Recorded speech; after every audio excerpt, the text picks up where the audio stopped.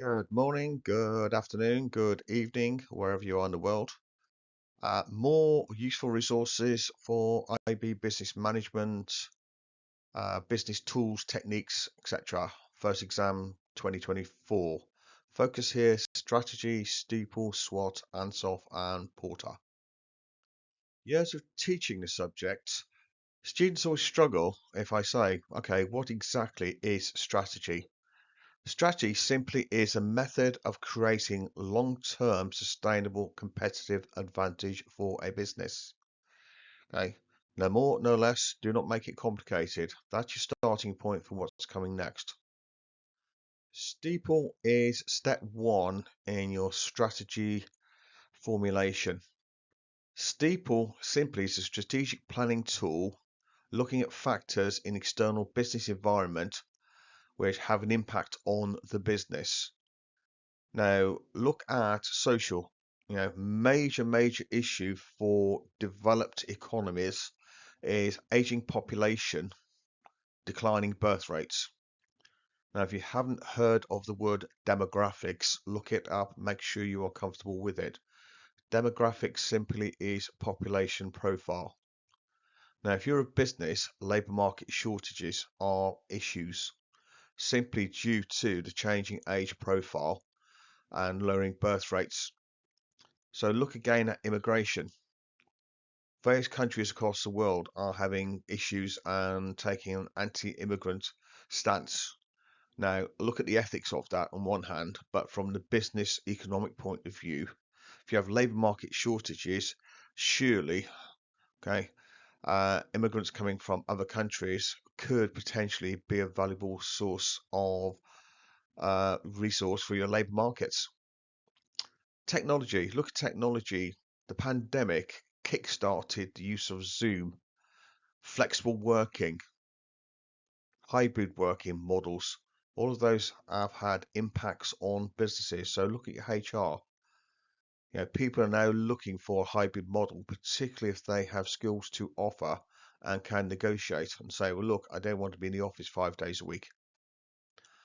Economic, again, look at what's happened, Russia, Ukraine, energy costs. Now, energy costs are falling. Why? Countries are innovating and moving further away from fossil fuels. Look at the environmental impacts of fossil fuels. Look at consumer perceptions of fossil fuels. Look what's happened this summer, particularly across Europe with the wildfires, Canada in particular. Now, the move away from fossil fuels, that requires investment on part of businesses. From a government point of view, political, is there an incentive being offered by the government to help you innovate and move away and change? Again, key concepts. Now, all of these external factors you cannot control. So in essence, as a business, you're carrying out what we call brainstorming, looking at all of those issues, focusing on social, technological, ethical, environmental, economic, political, legal, etc., which have an impact on the business and the business cannot control. I highlighted previously key concepts. So back to ethics. Consider doing business with countries who have questionable human rights records. What would that do to your brand image? Think about short term, long term. In the short term, it may be highly profitable. In the long term, particularly if pressure groups picked up on you doing business with certain regimes, certain countries around the world. Look at the impact of social media, how quickly social media could actually be used to destroy your brand reputation. So, quick summary back to what we've covered so far. Strategy is sustainable long-term competitive advantage. How to achieve that? Step one, Steeple analysis. Understanding all of those external factors over which you have no control and factors which could have an impact on the operation of your business and how they could have an impact on the operation of your business. For your purposes, always link back to and think about key concepts, the checklist in your head, which underpins the whole of the course. Right, next stage is we'll try and put a framework to Steeple. So you've identified the important factors, step one. Research those factors in depth to assess, internal, externally, how it could have an impact on you. Think about your time span, short term, long term. Then look at your competitors. What are the reactions of your competitors? What are the likely reactions of your competitors to the factors you've identified? Are they likely to have a greater or lesser impact on you versus your competitors? That requires step four, calculating the full impact where possible. Now, you live in an uncertain world and a certain environment, so how can you accurately calculate the impact? Once you've calculated the impact, you need a change strategy. Back to your time frames, short, medium, long term change required. Look at Lewin's. Okay, you've identified factors here. These factors could be used in Lewin's force field analysis as part of your change strategy. Do you need to change? Do you need to change now? Or is it a longer term impact? Now, to make those decisions and come up with a change strategy, you also need SWOT, which is our next port of call. Now, SWOT is the next stage on from Steeple. Steeple is external. SWOT looks at the business internally, okay, but it also looks at the business from an external focus. So just look at your strengths, weaknesses, opportunities, threats. Now, information for this could be found in the Steeple, but also you have to look internally within the business.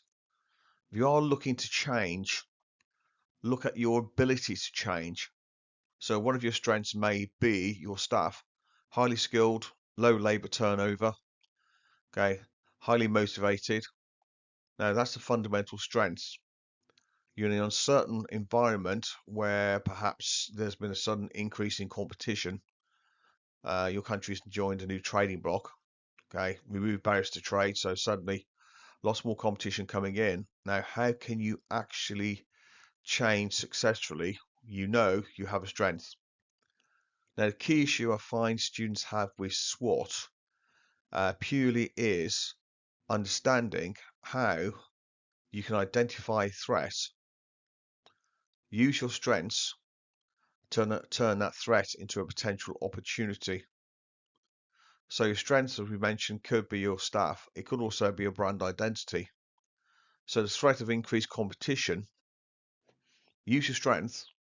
People like you as an organization, like your products, like your services, like a level of customer services, are happy to pay slightly more versus potentially the lower new competition, lower price new competition. So innovate, produce similar products, take the fight to the competition, but sell on the basis of your quality, your brand. Think about elasticity, price elasticity of demand. It's your price inelastic. Okay, why are you price inelastic? The brand, the quality, the product. That could be used to counteract the threat and turn that threat into an opportunity. Again, potentially weaknesses. Go back to what I've said on Steeple in terms of demographics. You know, look at your weakness is staff. What are you going to do? Okay, look at new ways of working. Look at the hybrid model. Look at the working from home models. Okay, how can you ensure people work for you rather than someone else? So your weakness at the moment could be labor shortages. Now, how are you going to change that? Simple. Use your strength, i.e. your IT capabilities, okay, and your ability to work in a new, innovative, innovative fashion. I do apologise, I can never pronounce that word. So use your strengths to counteract that weakness and turn it into an opportunity of remotivating your staff, making sure people stay around, making sure you can recruit the workers who are out there. Once you've carried out your Steeple and your SWOT, you have all of the information you require externally, internally. You've looked at ideas of using your strengths to counteract threats, weaknesses, turn them into opportunities. Then you need to look at your strategy tools. Now, Ansoff's matrix, One of the main ones used is it product development, new markets, diversification, market penetration. So learn the model, but focus on risk as well. Risk is important in terms of evaluating. If you're presented with a scenario in either paper one, paper two, whatever, maybe paper three, and you're looking to use Ansoff as a strategy tool, make a decision, you've decided to change. You've carried out your Lewins, you looked at the forces of change, restraining factors for change, and you decided to change. Now, which strategies do you go for? Now, if it's product development, is that new products in the existing market? That increases your risk. That moves you away from, you've been successful with product A, but product B with your brand name on may not be as successful. Now, examples here would be Apple with the iPhone moving from simply, here we go, here's a phone, you can do X on it. Now, suddenly you've got Apple Pay. Now, that was a risk in the sense of, were they going to be successful in enabling people to use their phones other than to communicate, now to make payments? Yes, they were.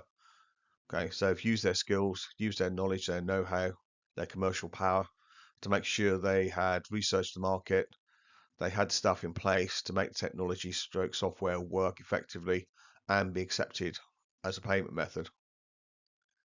Now you move into new markets. Okay, that's an increasing risk. But if you're Apple and you've established your brand, the risk is reasonably minimal as long as you have the same level, consistent levels of quality in terms of your products and your service into new markets. Now, diversification is the highest level risk. If you decide the way you actually react to your changing environment and the issues you have internally is to diversify, that's the high risk strategy. There's related and unrelated diversification, and that offers different levels of risk. Now, I always use Enterprise Cars here. Now, many years ago, Enterprise Cars, US company, they moved from just renting cars to people. They moved into second-hand cars, selling them. Yes, they know the markets, they know cars, but it's still a risk. But then they also, again, moved in and bought a fast food chain. What do they know about fast food? Then background is cars. So again, high risk strategy. Did it work? Do some research, have a look yourself. So Ansoff simply gives you the options. You understand your environment, you understand the business, you brainstorm, you understand the situation you're in terms of your markets, the economy, the global economy, the forces which are impinging upon you. You've identified you have to change. Now, Ansoff gave you 4 particular options, and you need to assess the level of risk of each, and do they fit in for the particular situation you find yourself in. Now, Porter, again, Michael Porter, Harvard Business School, one of the leading strategy gurus. His offer simply was, okay, low cost or differentiation. 2 different strategies. Pick your situation, look at who you are. So you're either the cheapest supplier in the market, okay, or you look to differentiate yourself. Differentiate simply means difference. So this will link into Unit 4 marketing in particular. Think about your promotional strategies, building your brand identity. Think about your products, okay, how you differentiate your products. Think about your price elasticity of demand, how you can make yourself price inelastic. Now, the only other differences with Porter in terms of making your strategic choice, the total market, that's a mass market approach, or you're in a niche market. But to be frank with you, it's the same idea. It's differentiation or cost. Okay, you focus on cost, you focus on differentiation. Now, the idea of being stuck in the middle, you will not succeed strategically, okay, and have your sustainable long-term competitive advantage if you attempt to do both. You either have to be seen as low cost, or there's something different. People will pay a higher price for your product. So again, back to your marketing, Unit 4. Okay, people need to clearly understand what you are, who you are, where you are in the market. Product positioning maps. Okay, if you have a clear brand focus, a clear brand message, a clear brand identity, okay, people are coming along to buy from you. So they're strategically, okay, it will happen. Cost. Look at the economic environment. You may decide to have a cost focus purely as a short-term strategy. Now, yes, you're looking to be different, but you're also looking to offer some value. You may not be as cheap as the cheapest suppliers in the market, but it's possible as a short-term process to attempt to encourage people through the door. Thinking about supermarkets, okay, you may price match. It's a strategy used in the UK quite regularly in times of recession. Price match the cheapest suppliers in the market, supermarkets in the market, but it may only be 50 or 100 products, but you may have 5,000 products. But targeted marketing is we price match. Again, the UK is normally Aldi, people price match against. So people think, oh, you offer value. Yes, you do offer value on a small number of your products. That's not stuck in the middle. That's just a marketing promotional tool to get people through the door. Why? Once they're in there, they're not just going to buy those price match products, they'll buy something else at a far higher price, well, higher profit margin.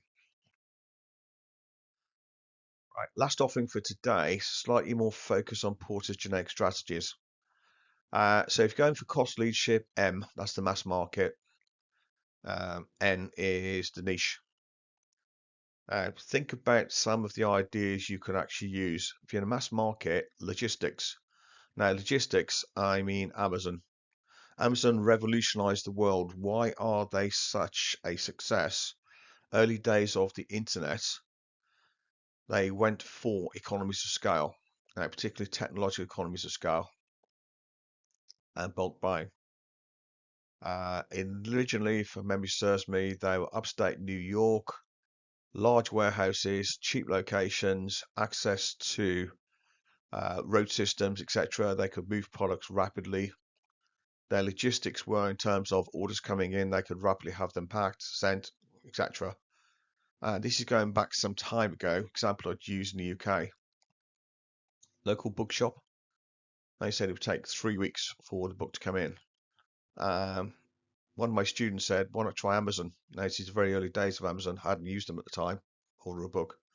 It arrived, I think, in 5 days from the order going in to being shipped from New York to where I'm in the UK. Now, these days, it's even faster. So again, that's how they created their competitive advantage. Use the economies of scale to drive down cost. Okay, use the logistics. Okay, looked at technological economies of scale, in particular to move products quickly, so you could access products at far quicker than normal shops and far lower price. Hence, they took over the world.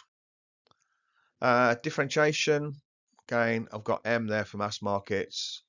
You could have N for niche markets as well, but again, that's your marketing. Creating your unique selling points, innovating, constantly new products, new messages, new offerings. Focus, look at particular market segments only. You may decide to go for premium prices, premium high quality products. So, quick summary just before we finish. Strategy is all about long-term sustainable competitive advantage for a business. If you do not understand the external environment and the internal environment within the business and how that business is fitting into the external environment at the moment in terms of weaknesses, threats, strengths, opportunities, you're going to have a problem. Now, once you collect that information, then you have to use your strategy tools. If you're looking at change, okay, and any business has to change, depending on who you are, it's a greater or lesser degree, but everyone has to change. Everyone has to innovate at different paces because the environment does not stand still, you operate within. Use strategy tools, and the ones they're focusing on here is Ansoff, okay, market penetration, product development, new markets, differentiation. Evaluate those looking at the level of risk. Or is it Porter? Are you the cheapest offering in the marketplace, either the mass market or niche market? Or Are you looking for differentiation focus? Differentiation, looking still at the whole market. Differentiation focus, looking at particular market segments and specializing, targeting certain individuals and or certain geographic locations on its own. Right, hope this has been useful. Please keep on looking. There's more offerings coming from us in terms of resources to help you out with IB business management.